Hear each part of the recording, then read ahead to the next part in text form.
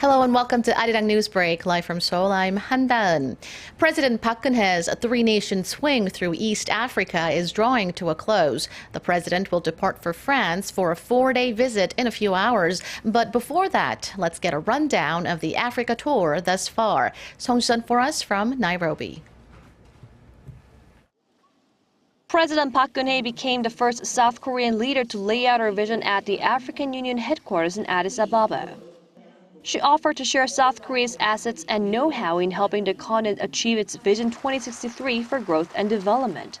이를 위해 한국은 그동안 쌓아온 경험과 지식, 마음을 여러분과 나누면서 함께 성장하고 상생 발전해가는 협력의 파트너십을 만들어 갈 것입니다. In return, President Park wants support for economic and security goals. Securing entry into the potentially lucrative African market, Seoul agreed to introduce industrial complexes in the three nations, Ethiopia, Uganda, and Kenya, while taking a bigger role in their respective infrastructure, energy, and ICT projects.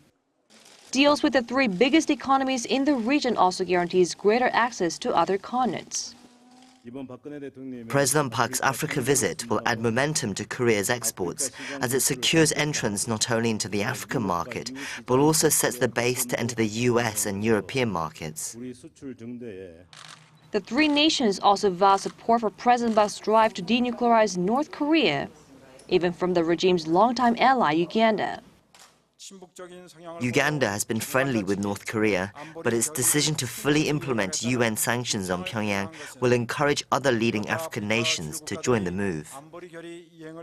Seoul's new development aid program, the Korea Aid, was also introduced in the three nations.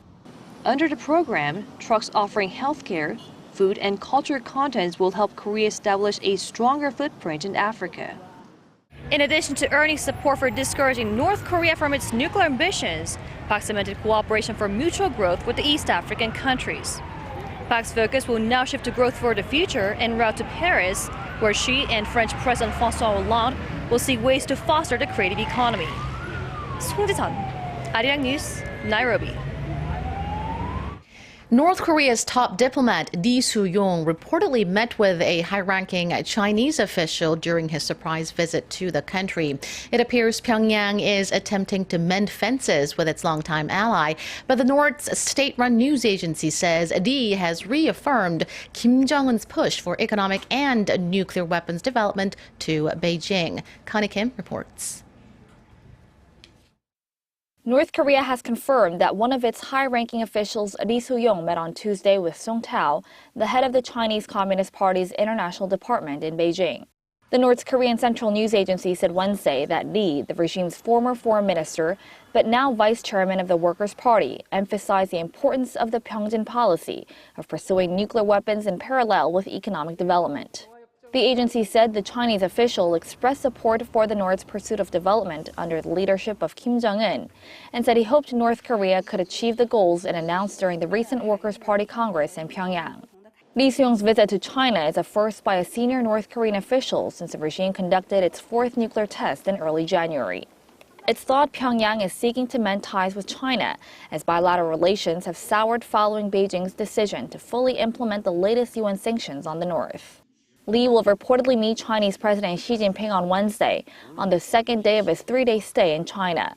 Lee's trip to Beijing will likely come up during talks in Japan on Wednesday between the chief nuclear envoys of Seoul, Washington, and Tokyo. The strongest UN sanctions on North Korea were imposed early this year, following its fourth nuclear test and long-range ballistic missile launch.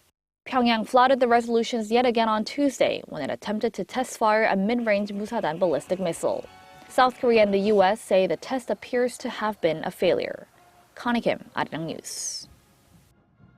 The negative news on the trade front continues to roll in, with Korea's exports on a downward spiral for the longest period ever now. However, in what could be a reason for hope, the pace of decline in May slowed to its lowest level so far this year. Kim Min-ji has more.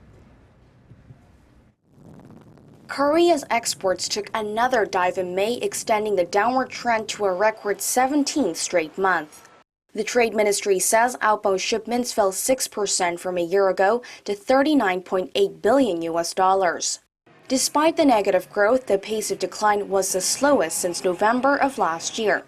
This year, exports have posted double-digit drops every month, with the exception of March. Despite weak external conditions, there was a turnaround in exports of computers, home appliances and petrochemicals, as well as an improvement in shipments of semiconductors and auto parts. Imports tumbled 9.3% on year to $32.7 billion, also falling for the 17th straight month. With that, the trade surplus in May came to $7.1 billion, extending the surplus streak to 52 months or well over 4 years. As with previous months, what's worrisome is that the surpluses have mainly been driven by a sharp decrease in imports rather than an uptick in exports. The ministry said despite weak external conditions, such as the global economic slowdown and prolonged slump in oil prices, Korea still has the momentum for an export recovery. Kim Min-ji, Arirang News. 4 workers have been killed and at least 10 injured after a subway construction site east of Seoul collapsed this morning. Police say the number of casualties could increase as some of the victims are in critical condition. The site in the city of Namyangju was rocked by an explosion at 7:20 a.m., with one witness saying the blast was so powerful it shook buildings nearby. 17 workers were doing welding work on the site when the blast occurred.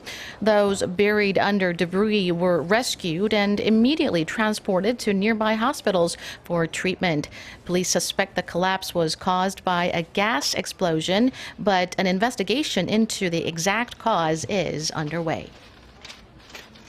And that wraps it up. Stay with Arirang for more of the day's headlines throughout the day. Thank you for watching.